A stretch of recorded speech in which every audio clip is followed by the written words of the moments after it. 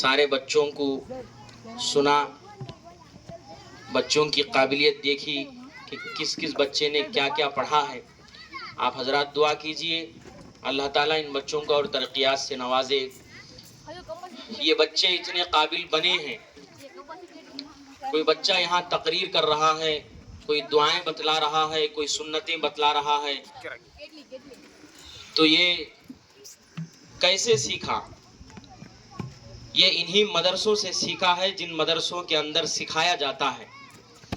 یہ مدرسے اللہ تعالیٰ کی ایک بہت بڑی نعمت ہے، اللہ تعالیٰ کی ایک بہت بڑی دولت ہے۔ ہمارے دلوں کے اندر ان مدرسوں کی قدر ہونی چاہیے، ہمارے دلوں کے اندر ان مدرسوں کی اہمیت ہونی چاہیے۔ یہی وہ مدرسے ہیں جن میں پڑھ کر ایک بچہ حافظ بنتا ہے، عالم بنتا ہے، مفتی بنتا ہے۔ یہی وہ مدرسے ہیں جس کی وجہ سے آج اگر کوئی تراویح پڑھانے والا ہے تو وہ تراویح پڑھانے والا ہمیں ملا کہاں سے؟ کوئی عالم مسئلہ بتا رہا ہے تو مسئلہ بتانے والا عالم ملا کہاں سے؟ کوئی مفتی ہمیں فتویٰ دے رہا ہے تو فتویٰ دینے والا مفتی ملا کہاں سے؟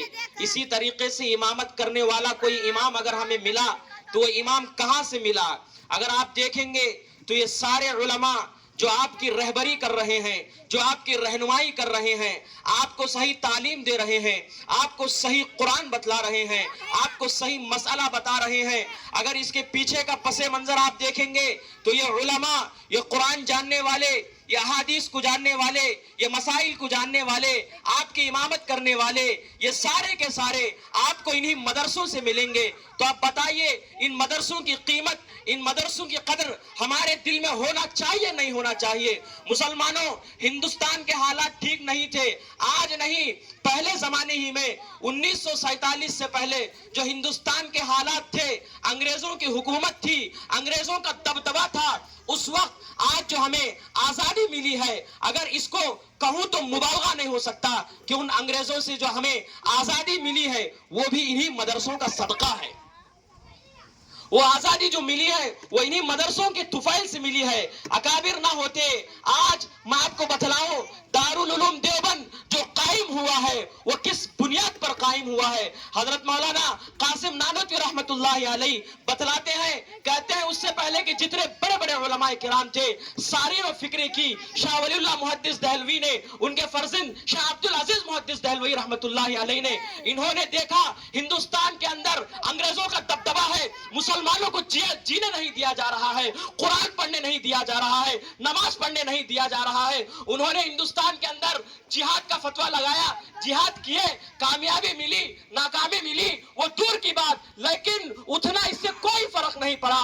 لیکن جب حجت الاسلام مولانا قاسم نانوتوی رحمت اللہ علیہ پیدا ہوئے اور ان کو شد بدھ ہوئی تو انہوں نے سب سے پہلے اس چیز کو سمجھا کہ انگریزوں کا مقصد کیا ہے، ان کا مسئلہ کیا ہے، وہ چاہتے کیا ہیں، تو انہوں نے سب سے پہلے ایک مسئلے کو نکالا کہ انگریزوں کا مسئلہ، انگریزوں کا مقصد، انگریزوں کا ارادہ تو یہ ہے کہ وہ اس ہندوستان سے مسلمانوں کو مٹانا چاہتے ہیں، قرآن کو مٹانا چاہتے ہیں، اسلام کو مٹانا چاہتے ہیں۔ تو حضرت مولانا قاسم نانوتوی رحمت اللہ علیہ سب سے پہلے اپنے ذہن میں یہ بات لائی کہ میں جہاد نہیں کروں گا، میں کوئی اور تدبیر اختیار نہیں کروں گا، سب سے پہلے جس چیز کو یہ مٹانا چاہتے ہیں میں اس چیز کو وجود میں لاؤں گا۔ یہ قرآن کو مٹانا چاہتے ہیں، علماء کرام کو مٹانا چاہتے ہیں، میں سب سے پہلے اس چیز کو پیدا کرنے کے لیے دارالعلوم دیوبند کو قائم کیا ہے۔ آپ تاریخ تو جانیے، آپ کو معلوم ہوگا یہی مدرسے ہیں جن مدرسوں کی وجہ سے آج ہم آرام کے ساتھ نماز ادا کر سک رہے ہیں، مساجد کے اندر اذانیں ہوتی ہیں، قرآن ہم پڑھ سکتے ہیں، ورنہ یہ 1940 پر 7 سے پہلے اس ہندوستان کی تاریخ اگر آپ پڑھیں گے تو آنکھوں سے آنسو آئیں گے کہ کتنا دبدبا اور کتنا ظلم انگریزوں نے یہاں کیا ہے۔ آج بھی وہی حالات ہیں، آج جو ہمارے اوپر ظالم حکومت بیٹھی ہوئی ہے یہی چاہتی ہے کہ مسلمانوں کو ختم کر دیا جائے، ایمان کو ختم کر دیا جائے، قرآن کو ختم کر دیا جائے۔ ہمارے اکابرین، ہماری جمعیت علماء اس پر ثابت قدم ہے، اکابرین لڑ رہے ہیں کہ اس کو پیچھے ہٹنے نہیں دیں گے۔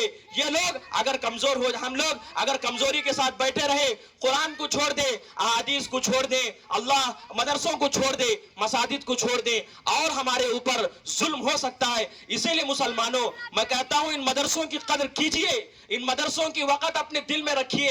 یہ مدرسے اللہ تعالیٰ کی طرف سے بہت بڑی دین ہے, اللہ تعالیٰ کی نعمت ہے, ہمیں ہمارے دلوں میں اس کی قدر ہونی چاہیے. انہی مدرسوں سے علماء پیدا ہوتے ہیں, انہی مدرسوں سے ہمیں صحیح رہبری کرنے والے, صحیح رہنمائی کرنے والے ملتے ہیں.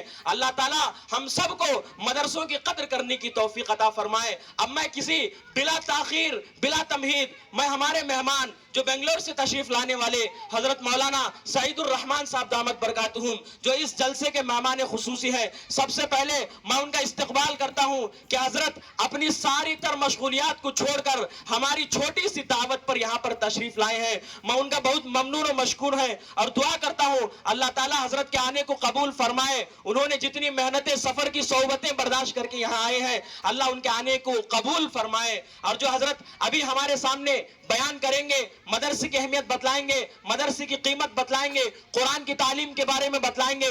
آپ حضرات غور سے سنیں. اس کے بعد بیان کے بعد انشاءاللہ بچوں کے انعامات تقسیم کیے جائیں گے. اس کے بعد نماز ہوگی, سارے حضرات کھانے کھا کر چلے جائیں. آپ حضرات کچھ وقت کے لیے اب یکسوئی کے ساتھ بیٹھ کر حضرت کی بات سنیں. اللہ تعالیٰ ہم سب کو سننے سے, اللہ تعالیٰ ہمارے سنے ہوئے باتوں پر عمل کرنے کی توفیق عطا فرمائے. اب میں بڑے ادب کے ساتھ حضرت مولانا سعید الرحمان صاحب دامت برکاتہم کو کہتا ہوں کہ حضرت آپ ہمیں اپنے خاص مواعظ حسنہ سے ہم سب کو مستفیض فرمائیں.